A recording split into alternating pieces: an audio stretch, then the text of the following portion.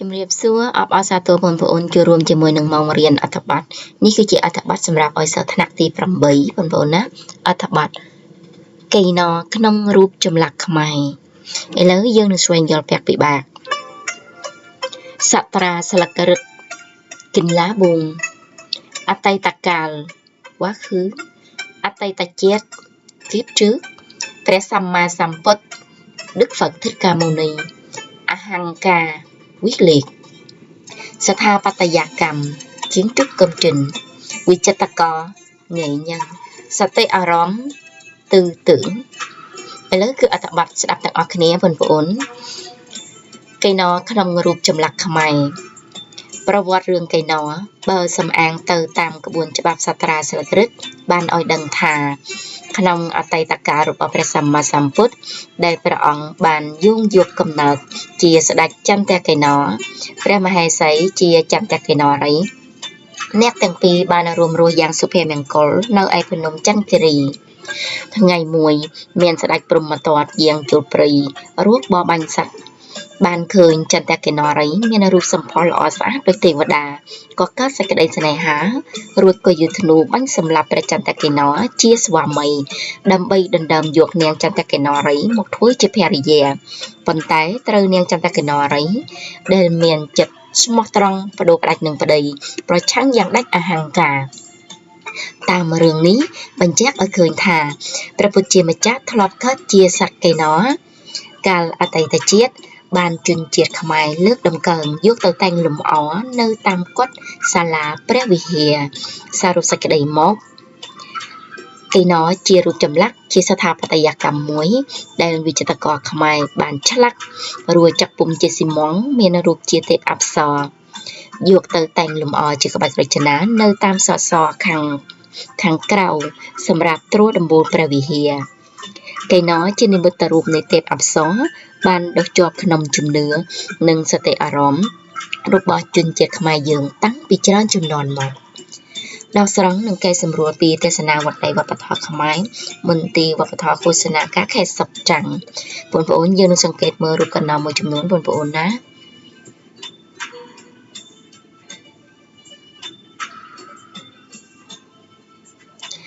នេះគឺជាវីដេអូមួយដែលគេធ្វើរូបកណ្ដោដោយសារចាក់ពុំមកបងប្អូនណាចាក់ពុំស៊ីម៉ង់ឲ្យខ្លាយទៅជារូបកេណណាបងប្អូននឹងយើងអាចស្វែងយល់ដោយខ្លួនឯងបាននៅលើក្នុង YouTube ហ្នឹងគឺមានគ្រប់គ្រាន់ណាបងប្អូន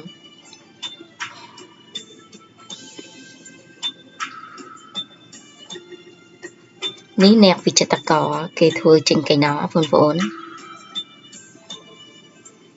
សកម្មភាពហ្នឹងគឺហាត់ចូលតាមក្រុមតែលើមិនខាប់បងប្អូនណាឥឡូវគឺជាលំហាត់ដើម្បីយើងដឹងថាសាក់លបងមើលតើយើងក្តាប់បានខ្លឹមសារអត្ថបទយ៉ាងណាហ្នឹងបងប្អូនយើងនឹងធ្វើលំហាត់មួយចំនួននេះណាអត្ថបទចែកចេញជាប៉ុន្មានកថាខណ្ឌគឺបញ្ចប់ដោយសញ្ញាខណ្ឌណាបងប្អូនអញ្ចឹងយើងអាចសម្គាល់បានថាចម្លើយគឺ4កថាខណ្ឌណាទី2ហេតុអ្វីបានជាជនជាតិខ្មែរនិយមយករូបកេណរចនានៅក្នុងវត្តអារាមបងប្អូនយើងមានចម្លើយ4ណាបងប្អូនអញ្ចឹងចម្លើយរបស់យើងគឺទាំង4ចម្លើយខាងលើអញ្ចឹងទាំង4មានន័យថាកខ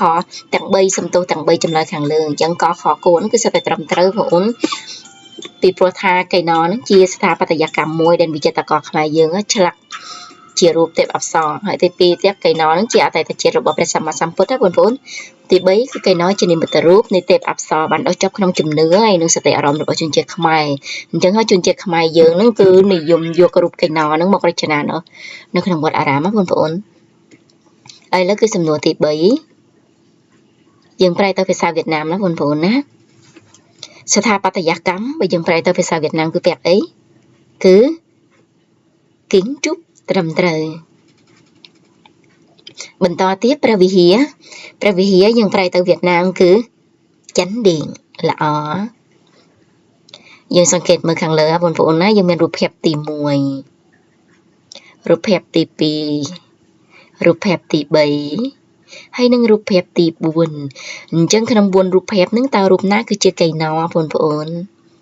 ងាយស្រួលហើយទី1និងទី2គឺមិនមែនទេណាអញ្ចឹងទី3និងទី4ណាដូចគ្នា យើងអាចសម្គាល់បានថារូបភាពកេណគឺជារូបទី3ណាបងប្អូនអញ្ចឹងទី4នេះគឺជាគ្រុឌមិនមានកេណទេបងប្អូនណានេះទៅជាកេណណា